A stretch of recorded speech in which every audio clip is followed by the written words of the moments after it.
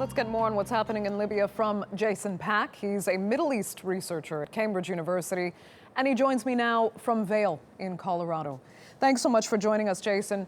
First of all, on this new unity government, do you think it's an actually workable proposition from what you've seen? Well, it's about as unworkable as any other proposition.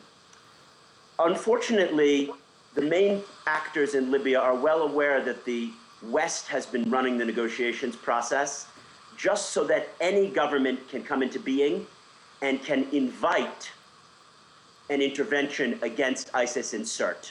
So that behind-the-scenes process makes the Libyans unlikely to want to compromise to call in a Western intervention against the Islamic State in Libya. So what are the alternatives as far as a political resolution is concerned, in your opinion?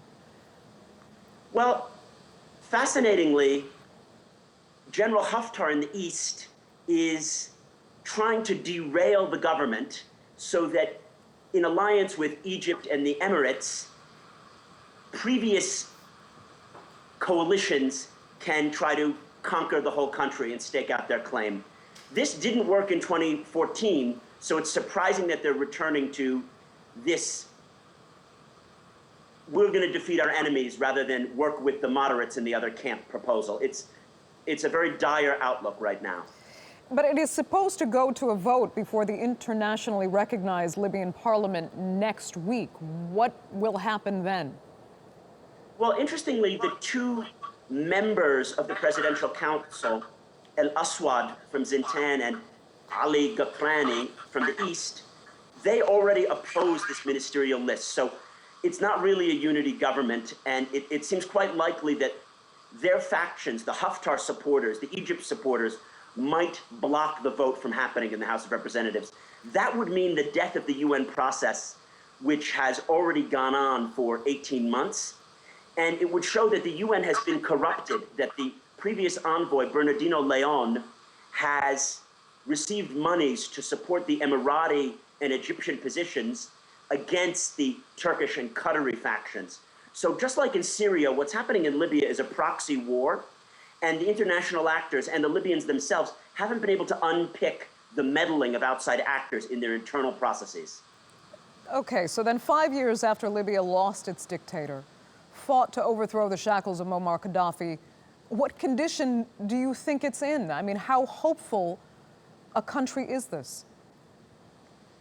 It would be very naive to be hopeful at this moment.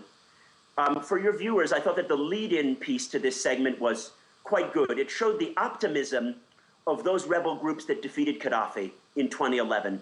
The problem was there was not one uprising against Gaddafi, there were many uprisings. There was an uprising of Islamists, there was an uprising of Easterners, there was an uprising of constitutional lawyers. And they were only united by a shared hate for Gaddafi. As soon as he fell, they had nothing in common, and they began fighting each other, not only for Libya's oil wealth, but to determine a vision of where the country would go. And unfortunately, because Libya has lacked institutions, there was no culture of compromise, and there was no leadership. Many people blame the West for supporting or quote-unquote intervening in Libya in 2011. I do not. I blame the failure of a Libyan political culture where people could get along and say, yes, you're a little more Islamist than me. Yes, I want to have Islamic banking and you don't. But let's work together so we can get educated and get our country wealthy.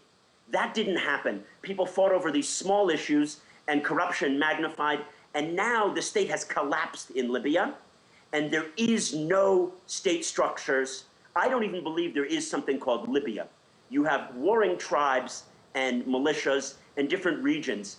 The country has become less centralized than, say, Somalia. Okay, Jason Pack, we're going to have to leave it there. Thanks so much for sharing your insight.